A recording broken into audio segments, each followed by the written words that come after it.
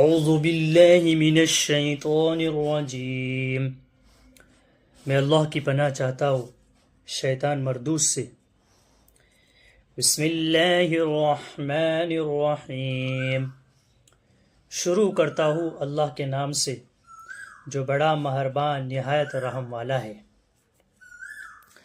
الحمد للہ رب العالمین، تمام تعریفیں اس اللہ کے لیے ہے جو سارے جہانوں کا رب ہے۔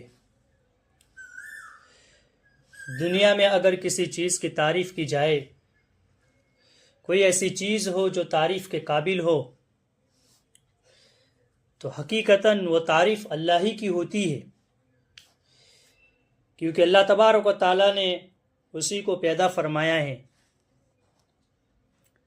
اس لیے حقیقتاً تعریف کا حقدار اللہ تبارک و تعالیٰ ہی ہے، اور اللہ تبارک و تعالیٰ پوری کائنات کا پالن ہار ہے، کائنات کی ہر چیز کو پیدا کرنے والا، کائنات کی ہر چیز کی پرورش کرنے والا، دیکھ ریکھ کرنے والا اللہ تبارک و تعالیٰ ہی ہے۔ الرحمن الرحیم،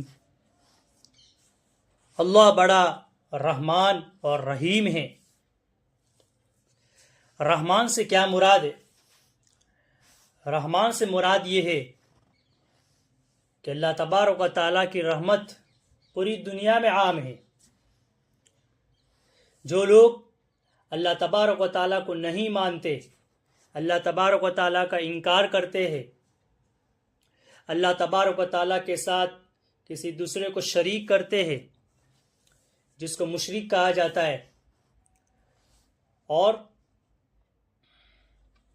وہ لوگ جو اللہ تبارک و تعالیٰ کو مانتے ہیں، اللہ تبارک و تعالیٰ کی عبادت کرتے ہیں، اللہ کے حکموں پر چلتے ہیں،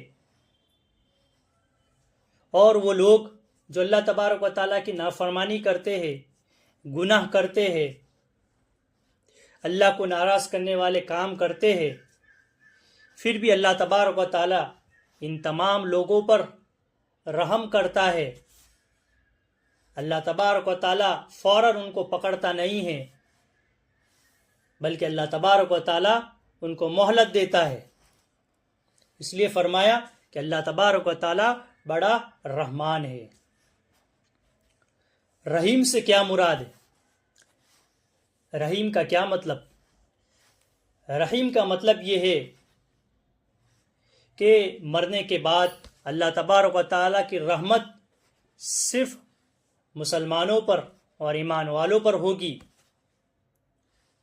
یعنی اگر ایمان والا گنہگار ہوگا، اللہ کا نافرمان ہوگا، لیکن اللہ پر ایمان رکھتا ہے، تو اللہ تبارک و تعالیٰ اس پر رحم فرمائیں گے، اور کسی نہ کسی وقت اللہ تبارک و تعالیٰ اس کو جنت عطا فرمائیں گے۔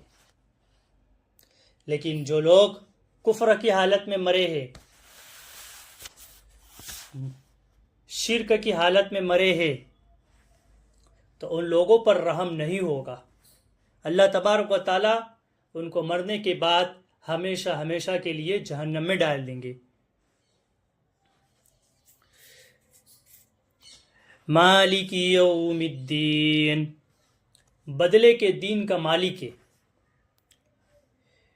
ویسے تو دنیا میں انسان کو عارضی طور پر کچھ مدت کے لیے مالکانہ حق حاصل ہوتا ہے، انسان کسی نہ کسی چیز کا مالک ضرور ہوتا ہے، لیکن مکمل مالک جو ہے وہ اللہ تبارک و تعالیٰ ہے۔ کل قیامت کے دن جب پوری کائنات ختم ہو جائے گی اور پوری کائنات کو دوبارہ اٹھایا جائے گا، حشر کا میدان ہوگا، تو اس وقت اللہ تبارک و تعالیٰ فرمائیں گے لمن الملک اليوم، آج کس کی حکومت ہے؟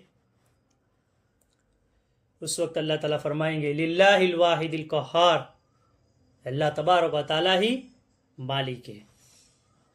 تو حقیقتاً مکمل مالک اللہ تبارک و تعالیٰ ہے۔ ایاک نعبد و ایاک نستعین، اے میرے رب ہم تیری ہی عبادت کرتے ہیں اور تجھ ہی سے مدد چاہتے ہیں. اهدنا الصراط المستقیم صراط الذین انعمت علیہم. اے ہمارے رب تو ہمیں سیدھا راستہ دکھلا، ان لوگوں کا راستہ جن پر اللہ تبارک و تعالیٰ نے انعام فرمایا ہے. یہاں پر اللہ تبارک و تعالیٰ نے کن لوگوں پر انعام فرمایا ہے؟ تو اس سے مراد انبیاء علیہ الصلاۃ والسلام ہیں، صدیقین ہیں، شہداء ہے، نیک لوگ ہیں، کہ اللہ تبارک و تعالیٰ نے ان لوگوں کے راستے پر چلنے کی رہنمائی فرمائی ہے. غیر المغضوب علیہم ولا الضالین،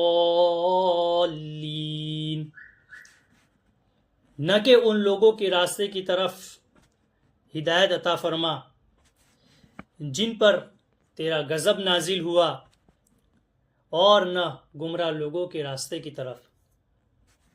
اللہ تبارک و تعالیٰ کا کن لوگوں پر غضب نازل ہوا، کن لوگوں پر غصہ نازل ہوا، تو اس سے مراد یہود ہے کہ جنہوں نے اللہ تبارک و تعالیٰ کے انبیاء علیہ الصلاۃ والسلام کو تکلیف دینا شروع کر دی تھی. ہر طرح کی ان کو تکلیفیں پہنچاتے تھے، یہاں تک کہ بعض انبیاء علیہ الصلاۃ والسلام کو انہوں نے قتل بھی کر دیا. اس لیے اللہ تبارک و تعالیٰ کی طرف سے ان پر لعنت کی گئی، قیامت تک ان پر لعنت کی گئی، اور ان پر اللہ تبارک و تعالیٰ کا غصہ نازل ہوا. اور نہ گمراہ لوگوں کے راستے کی طرف ہدایت فرما. گمراہ لوگ کون ہیں؟ تو گمراہ لوگوں سے مراد عیسائی لوگ ہیں کہ جنہوں نے اللہ کے نبی کو اتنا مانا کہ اللہ کے نبی کو اللہ کا بیٹا قرار دیا. اس لیے وہ صحیح راستے سے بھٹک گئے. اس لیے اللہ تبارک و تعالیٰ نے منع فرما دیا کہ انبیاء علیہ الصلاۃ والسلام کو تکلیف پہنچانا نہیں ہے، اور نہ انبیاء علیہ الصلاۃ والسلام کو اتنا ماننا ہے کہ انبیاء علیہ الصلاۃ والسلام کو تم خدا کا درجہ دینے لگو. ان دو چیزوں سے اللہ تبارک و تعالیٰ نے منع فرمایا ہے.